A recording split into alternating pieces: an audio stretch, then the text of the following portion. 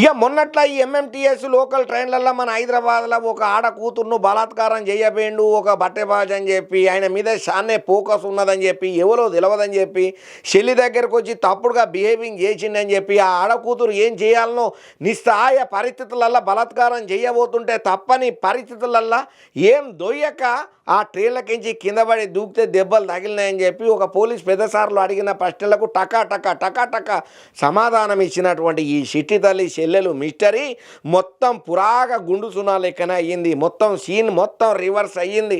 అసలు ఆ ట్రైన్లో అటువంటి బలాత్కారం ఏం జరగలేదట, అటువంటి ప్రయత్నం కూడా ఎవ్వరు చేయలేదట. కాకపోతే ఈ చిట్టి చెల్లె ఈ చిట్టి తల్లినే బలాత్కారం చేసినట్టుగా సీను క్రియేట్ చేసింది. మరి ఎందుకయ్యా మరి పైకెంచి గట్ల కింద పడ్డదనంటే చాలా మంది పెద్ద పెద్ద ఆఫీసర్లు చెప్పిన మాట పురాగా 300-400 మందిని అరుచుకున్న తర్వాత ఎన్నో సీసీ కెమెరాల పర్యవేక్షణలలో ఎన్నో కెమెరాలను పరిశీలన చేసిన తర్వాత తెలిసిన పురాగా ముచ్చట ఇది. సరేనమ్మా, ఏమిటి కోసానికి ఇదంతా చేసినావు, ఎందుకు ఇంతమంది పని నాగం చేసినావు, దేనికోసం నువ్వు చేసిన పని అని అంటే ఆమె ఇచ్చినటువంటి ఆన్సర్కు ప్రతి ఒక్కరు షాక్ అయ్యారంట ఈ మాట అయిందాక. మరి ఏమయ్యా గంతగనమనంటే రీల్స్ చేద్దామని ట్రై చేసిందట. కాకపోతే అనివార్య కారణాల వల్ల కాలు జారి అంటే అదుపు తప్పి జర్ర అవతల పడ్డదట.